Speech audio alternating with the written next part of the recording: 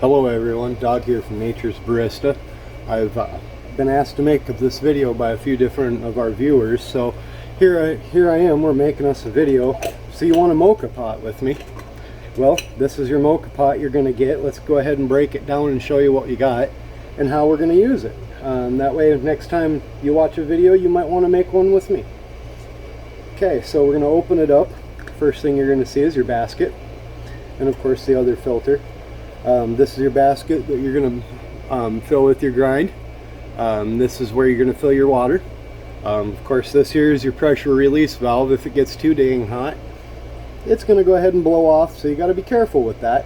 You got to also be careful with your heat, which is what makes that blow off. I like to, when I use the brewer, I like to go ahead and keep this turned off to the side. That way it's pointed away from me or anyone else, or any pets that you might have. We'll go ahead and set these here. Next you're going to have your brewer carafe. This is where all your coffee is going to go ahead and come out. It's going to come out the top of this little excuse me, this little tower here, as I like to call it, and it's going to come right out here and it's going to go down in there. On the bottom side, to answer a question from a viewer that was asked, coffee goes up there. You're going to have this little filter on here as well. Make sure when you're using these mocha pots, you go ahead and you clean these every time or two that you use them. That's a really important thing. Cleanliness is, you know, the best thing out there. I like to run my finger around it once when I put it in there, just to go ahead and make sure that it's fully seated down.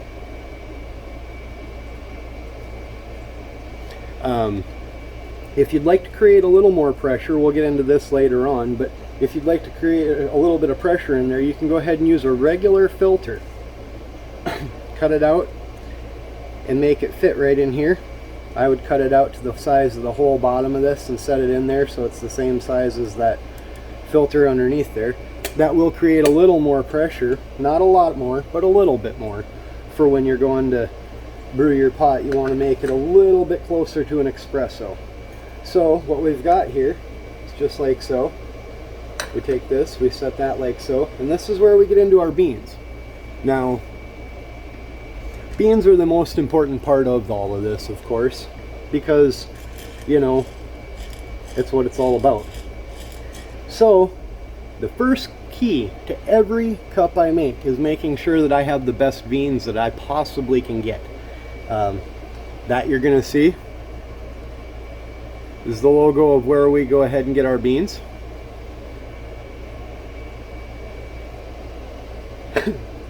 Today we're going to go ahead and brew up an 18 Rabbits wash. It's organic from Honduras. Dang, I can't talk today, but that's alright. It's about this, not me. So I've went ahead and I've brewed up some of these beans ahead of time, or not brewed, but ground up some of these beans ahead of time, making sure that way we've got them right and ready for when we want to do this. Nobody wants to hear a grinder in action in the middle of their video. So what we're going to do, let's go ahead and make this visible for everybody. So when you fill this up, like I said, well, I guess I didn't say that. You're going to want to go ahead and fill that right to the bottom of that relief valve right there with water. And I'm going to go ahead and I'm going to get to that here in a moment. First, I want to go ahead and show you guys how I fill these. And this is just a scooper that I got. Came with a espresso machine I used to use. We still have it. It still works. Don't anybody wonder. Yeah, I could still use a machine if I wanted to at home, and no, I do not. And that's about how much I roughly use. Now, in a lot of these videos that you're going to go ahead and see, if you search this up on YouTube, they're all going to tell you, don't tamp your grinds in here. Just like to go ahead and make sure that there's no big chunks in it. add us a little bit more. I was a little short on that last scoop, it looks like. Now I like to go ahead and give it a little temp when I make my pot. Why? Well, guess I'm paying too little attention. I need a little bit more in here. Sometimes this pot's greedy, it seems like. There we go. So, just a quick down and dirty little temp like so. See if I can fish this out of here for you. I'm going to go ahead and show you the edge of this. Now when it's packed in there and filled to the right amount, you're going to have it look just like so. Now, it don't have to be perfect. The amount you're going to use is going to be, you know, 1/8 of an inch American or so, maybe 1/4 of an inch. If it's a super strong coffee, I'll cut it back a little bit if it's one of them days where I don't feel like a super strong cup. We're going to go ahead and set that right there.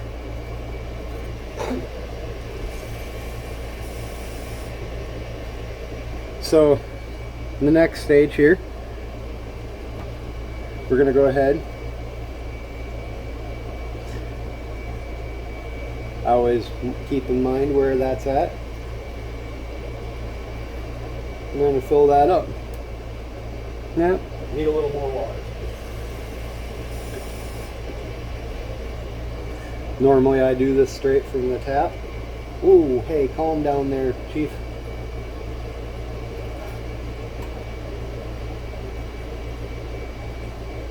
And there we go. Let's set that off to the side over here. Now, let's see if I can get this camera to show you guys.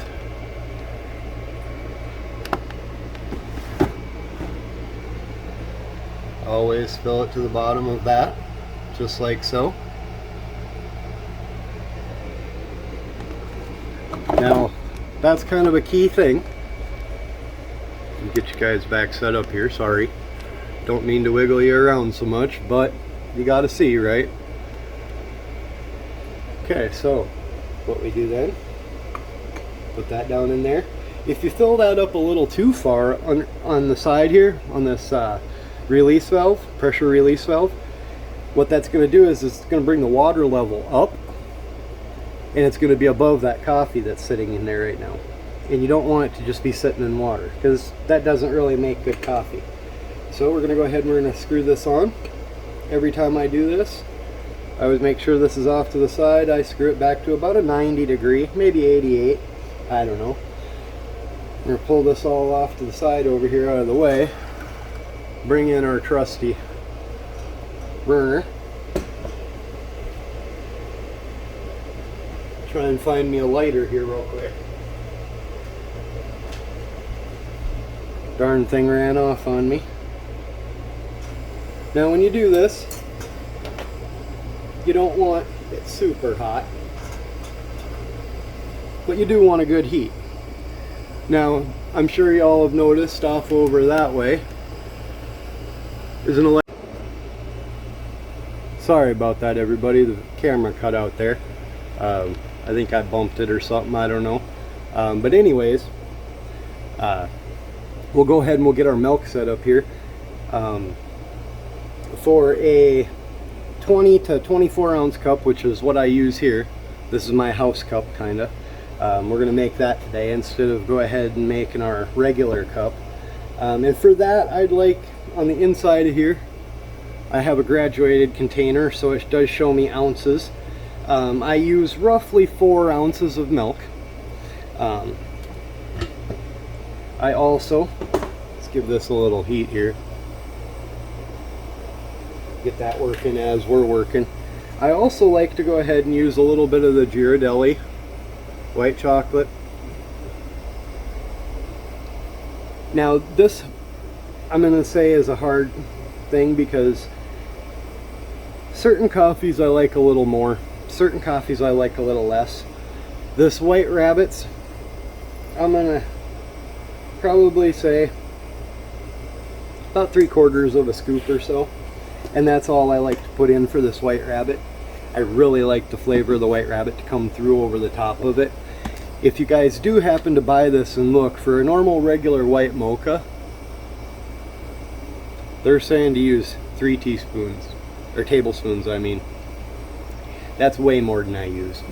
Way more than I use. I don't like the flavor of the white chocolate. I like the flavor of these amazing heavenly beans that we're getting from Salty Souls Coffee Creations. This is also the time where you're going to want to put in any of your flavorings that you might want to add to it as well. These are just a few of the ones that we have here at the house. Different coffees, like a different flavor added to it. Some nights I like a caramel. Some nights I like dark chocolate instead of white chocolate. Another thing, this is a good time to go ahead and add any of these syrups that you're going to have as well. Just depends. The girlfriend, she likes that raspberry flavoring. Excuse me. So it's just one of those things, you know, that she likes to add in there. Now, at this point, our milk is done.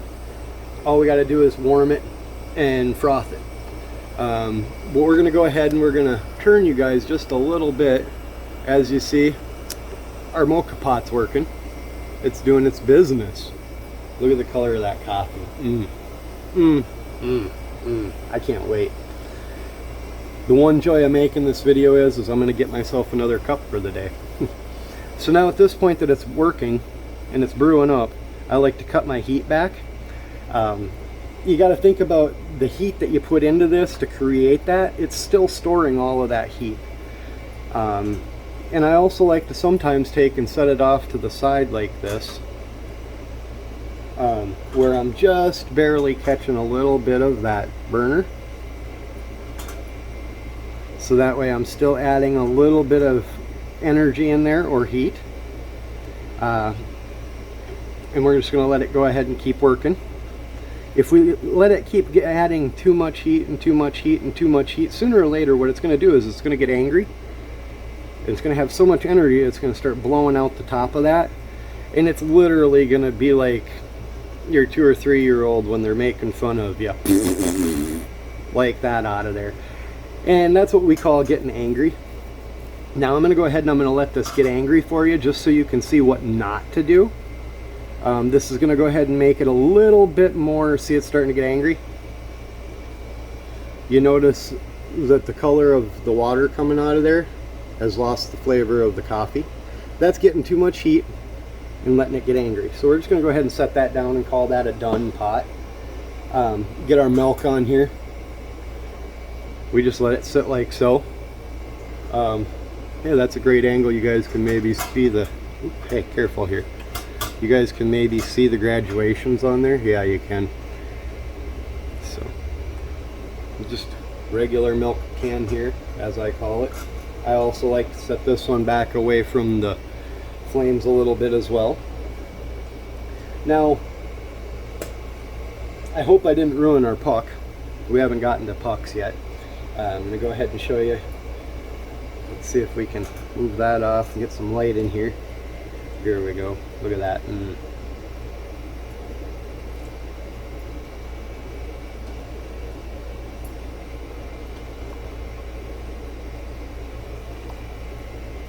Now a lot of channels will tell you that you want to go ahead and steam or stir this when you serve it. That's if you're measuring it out into cups, espresso sized cups. Hold on. Here's an espresso sized cup. This thing's like an overgrown thimble. I'm not one of them kind of guys that's going to go ahead and use one of those. I'm a big cup man. So that's where it is there. I don't stir mine because the action of pouring it all into one cup gives it a good stir. Now this is going to be about ready. Now you notice how it kind of creates a little layer on the outer side of the cup as it's warming up. That's what I'm looking at to tell how done I am, and that's telling me that I'm just pretty much there. I'm going to go ahead and turn this off and let it pick up the rest of the heat off that as that cools down. This is my frothing tool that I use. It's a little handheld, completely rechargeable. I like to use it because I can take it out into nature. As you guys know, that's the whole thing about me. I like to do everything as I would if I was in nature. So we turn this thing on, and we're just going to go ahead and froth up our milk some. Now, with the bigger cup,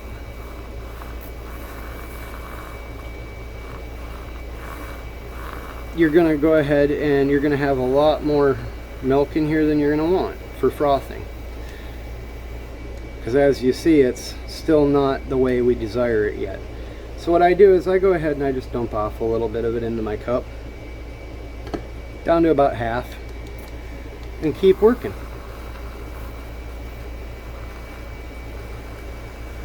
Now, one of the questions I've gotten, you folks like to go ahead and message me and ask me these questions.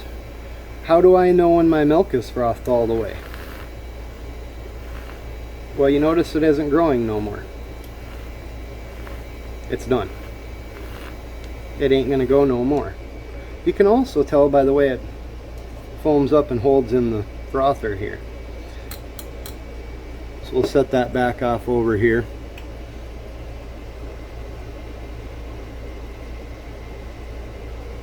Let that go like so. So anyways, let's see, there's a couple last things that I wanted to go over with y'all. Sometimes you're going to have a little extra.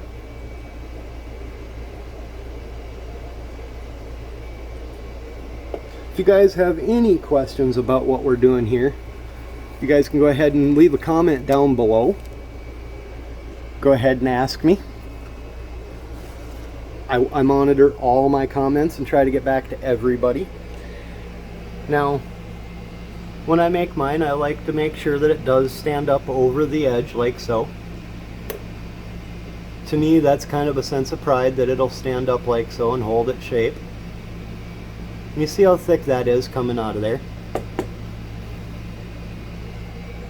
Man, that's going to be a good cup. So anyways, if this has helped you in any way, go ahead and hit that subscribe button and that like button. And we'll go ahead and we'll see you in the next one. If you have, like I said before, if we have any comments, put them in the comment section and I will get back to you. I hope this helps you. See you in nature.